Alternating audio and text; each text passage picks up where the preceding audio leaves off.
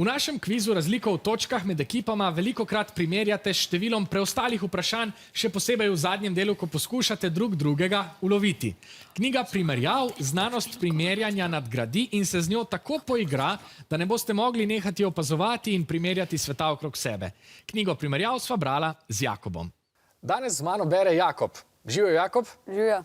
A si kdaj v vsakdanjem življenju pomagaš s primerjavami? Ja, si kdaj, ko sem s prijatelji, pa kaj zanimivega pove kdo, ali pa ko se kaj učim, pa si čist ne moram predstavljati, pa tudi na spraševanjih. A bi rekel, da si zdaj po knjigi primerjav kaj boljši pri ocenjevanjem razmerij, mer, velikosti? Pa jaz bi rekel, da sem. Ja? Ja. Dobro, potem bom tvojo trditev postavil na preizkus. Na ključ bom odprl eno stran in ti povedal eno primerjavo, ti jo boš pa poskušal zadeti, prav? Prav? Odrasla modro obročkasta hobotnica vsebuje dovolj strupa, da ubije koliko ljudi? Smrtonosna je. 200? 200! Ne, tako smrtonosna pa spet ni. Pazi, v nekaj minutah ubije 26 ljudi. Ja, noro.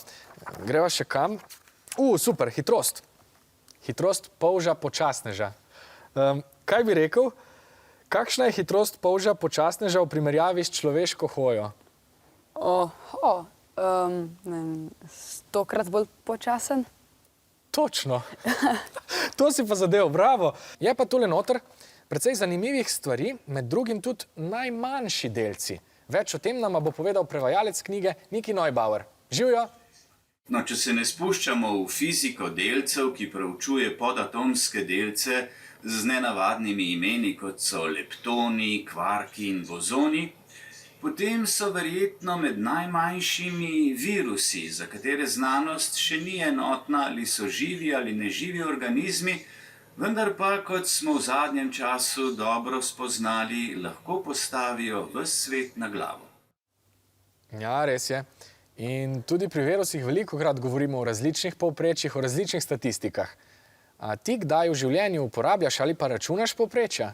Ja, pa pri matematiki, pri fiziki, včasih tudi pa pri kemiji. Kaj pa pri zaokroževanju ocen v šoli? Skozi. Pri pogajanju za višjo oceno? Ja.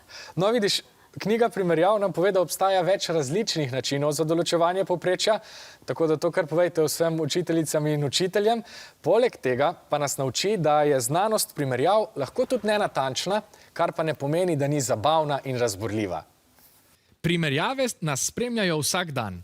Katero šolsko dejavnost je omenil Jakob, ko je povedal, da si pri njej pomaga s primerjavami? A. Pisanje domačih nalog. B. Učenje za ustno preverjanje znanja. C. Pisanje testov. Ali D. Zviševanje ocen. Imate 15 sekund. Bliskovito hiter odgovor za zviševanje ocen. A je Jakob omenil to šolsko dejavnost? Jakob je povedal, da si pomaga s primerjavami, ko se uči, pa si nečesa ne more dobro predstavljati in ko je potem vprašan. Zato je pravilen odgovor B. Učenje za ustno preverjanje znanja. Tokrat so se vam točke izmuznile.